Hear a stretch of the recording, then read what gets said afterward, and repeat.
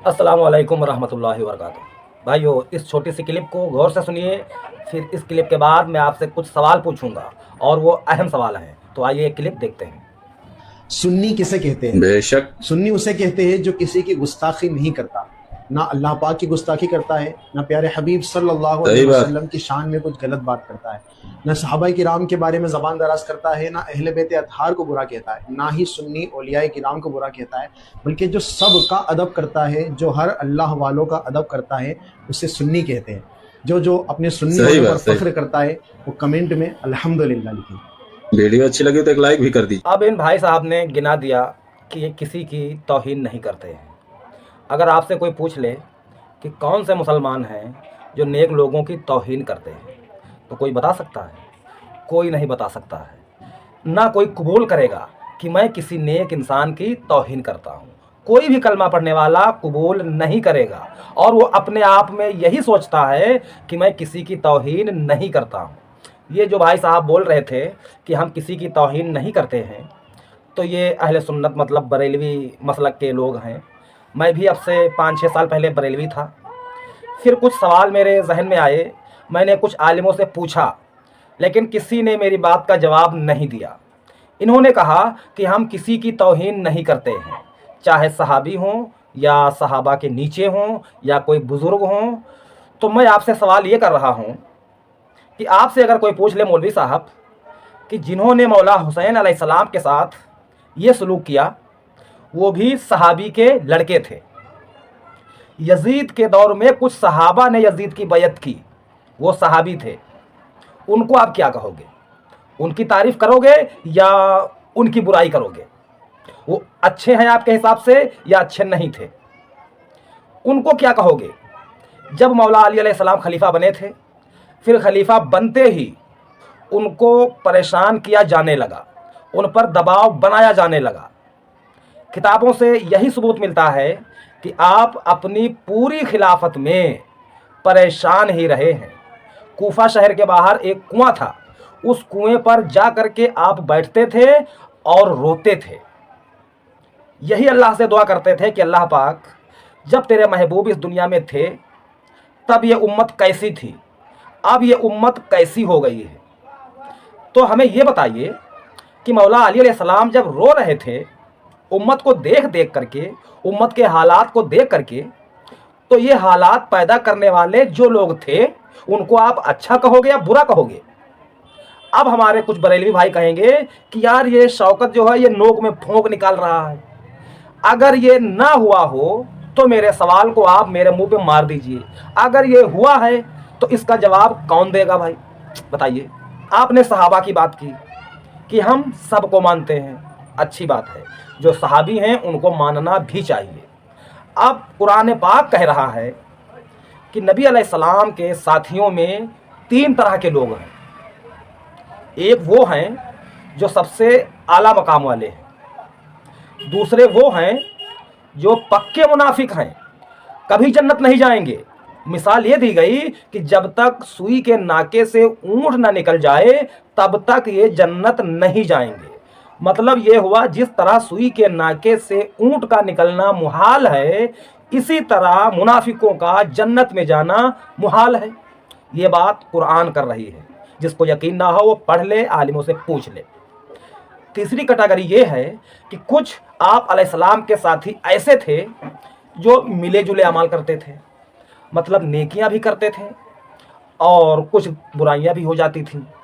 तो इन लोगों के लिए तो छूट है थोड़ी सी, लेकिन कुरान जिन पक्के मुनाफिकों की बात कर रहा है और ये कुरान में है, तो इस पर चर्चा कौन करेगा भैया? कहाँ से उलमा आएंगे जो उम्मत को बताएंगे कि आप अलैहिस्सलाम को बहुत परेशान किया गया, आप अलैहिस्सलाम के पीछे नमाज भी पढ़ते थे और फिर आप अलैहिस्सलाम से जब दूर जाते थे तो आप अलैहिस्सलाम की बुराई भी करते थे। तो ऐसे लोगों को आज के आम मुसलमान अच्छा कहें या बुरा अमल कहें? बताइए भाई। तो आप इसका जवाब दोगे नहीं।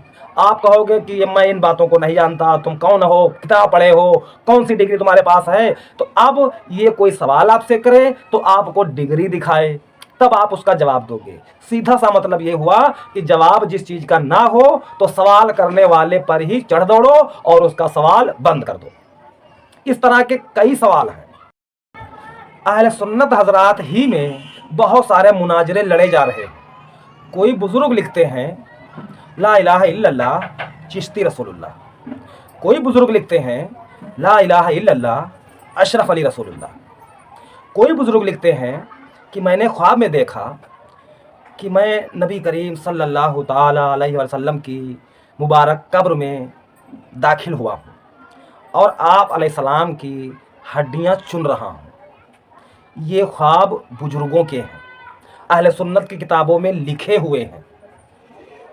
अब आप बताइए कि जो मौलवी साहब ने कहा कि हम किसी को बुरा नहीं कहते, हम सबको अच्छा कहते हैं, तो ये जो हवाले मैंने आपको बताए हैं, इन लोगों को मैं अच्छा कहूँ या ये कहूँ कि ये लोग दीन समझ नहीं पाए हैं और भटक गए, जो मन में आया वो बातें अपनी किताबों में लिख दी और आज ये मूर्ख टाइप की आवाम इन बातों को सही समझकर मुनाजरे लड़ रही है। हम भी अगर चाहें तो खूब मीठी मीठी बातें कर करके खूब लाइक और फॉलो बटोर सकते हैं, लेकिन हर आदमी मीठी मीठी बातें करता रहेगा तो जो सच्चाई है ये आवाम के अंदर कैसे आएगी। अल्लाह के नबी सल्लल्लाहु ताला अलैहि वसल्लम ने फरमाया कि ये उम्मत 73 फ़िरक़ों में बट जाएगी, उसमें से एक गिरोह होगा जो कामयाब होगा। नबी अलैहिस्सलाम का फरमान ये भी है कि क़यामत के करीब औरतें ऐसे लिबास पहनेंगी कि नंगी नज़र आएंगी। एक फरमान और है आप अलैहिस्सलाम का कि लोग अपने माँ बाप की नाफरमानियाँ करना शुरू कर देंगे। आज बहुत सारे उलमा इन तीन में से दो बातों को लेते हैं कि माँ बाप की नाफरमानी करना ये गलत, बारीक कपड़े पहनना गलत, इसलिए गलत कहते हैं और गलत है भी इसलिए कहते हैं कि नबी अलैहिस्सलाम का फरमान है। तो जिस तरह ये दो फरमान हैं, मतलब आगे की खबरें हैं, उसी तरह आगे की खबर ये भी है कि इस उम्मत में 73 फ़िरके होंगे, 72 गुमराह होंगे, एक कामयाब होगा। और हवाला ये भी मौजूद है हदीस शरीफ में कि यहूदियों में 71 हुए, ईसाइयों में 72 हुए, इस उम्मत में 73 होंगे। मतलब ये हुआ कि 71 वाले भी बर्बाद, 72 वाले भी बर्बाद और 73 वालों में एक कामयाब होगा। इस पर कुछ उलमा ये भी कहते हैं कि जब नबी अलैहिस्सलाम का फरमान आ गया तो 73 तो होंगे ही, ये बन गए हैं या बन रहे हैं तो बनने दो, किसी को कोई दिक्कत होनी नहीं चाहिए। ये सरासर झूठ बोलते हैं। अब जो कोई ये झूठ बोले फिर मैं उनसे कहूँ कि ये बात आपकी गलत है तो भैया मैंने उनकी गुस्ताखी कर दी। जो कोई अहले बैत के दुश्मनों की तारीफ़ें करे, मैं अगर कह दूं कि ये बात गलत है, ये तारीफ़ के लायक नहीं थे, तो भैया मैं गुस्ताख हो गया।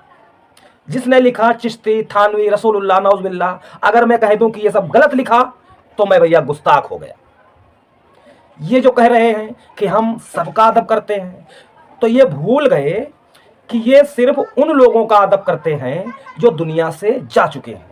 ठीक है भैया, आज जो जिंदा हैं और इनके मसलक से अलग हैं, अगर इनसे कोई सवाल कर दें या कोई बात पूछ ले और अगर इनका मसला कुरान और सुन्नत से साबित ना हुआ तो यकीन मानिए सबसे अधिक अगर कोई लड़ाई झगड़ा गाली गलौज करने वाला गिरोह है तो वो यही है।